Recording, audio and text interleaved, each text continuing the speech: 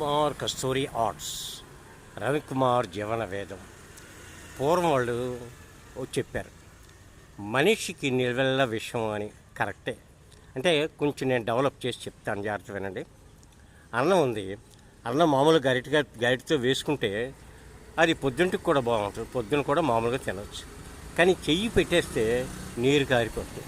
ఇంచేత చేతికి ఆ అన్నానికి పడదు, అంటే కొంత తేడా చెయ్యి. సరే, ఇప్పుడు పచ్చిక బయళ్ళు అంటారు, చాలా గడ్డితో ఉంటుంది అనమాట. మధ్యలో మనుషులు నడుస్తూ ఉంటారు, అది తెల్లగా అయిపోతుంది, అక్కడ గడ్డి మొలవదు. అంటే నరుడు నడిస్తే అక్కడ నల్లేరు కూడా మొలవదు అంటారు. అంటే పాదంలో అంత విషం ఉంటుంది మనిషికి. అంచేతే పార్కుల్లో చూడండి, అక్కడ గడ్డి ఉందండి, గడ్డి మీద నడవకండి, మీరు దారుల్లో నడవండి అని బోర్డు పెడతారు.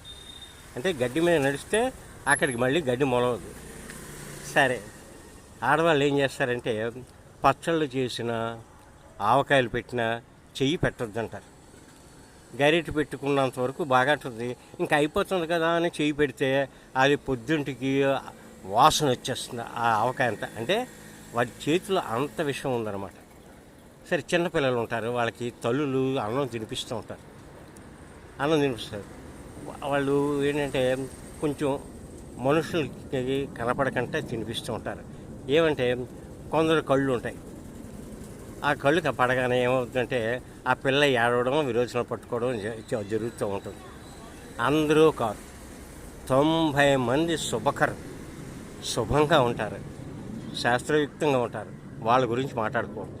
కొంత మందిలోనే ఇలాంటివన్నీ కొంచెం ఉంటూ ఉంటాయి అన్నమాట. అందుకే పూర్వం వాళ్ళు ఏమన్నారంటే, తేలుకు తోకలో ఉంటుంది విషయం, తన పాముకి కూరల్లో ఉంటుంది విషయం, మనిషికి నిలువెల్ల విషయమే. అంటే తనకి తెలియని విషయం మనిషిలో ఉంటుంది. మనిషి శుభ్రంగా బట్టలు వేసుకుంటాడు, కానీ విషం ఉంటుంది. ఇదే రవికుమార్ జీవన వేదం.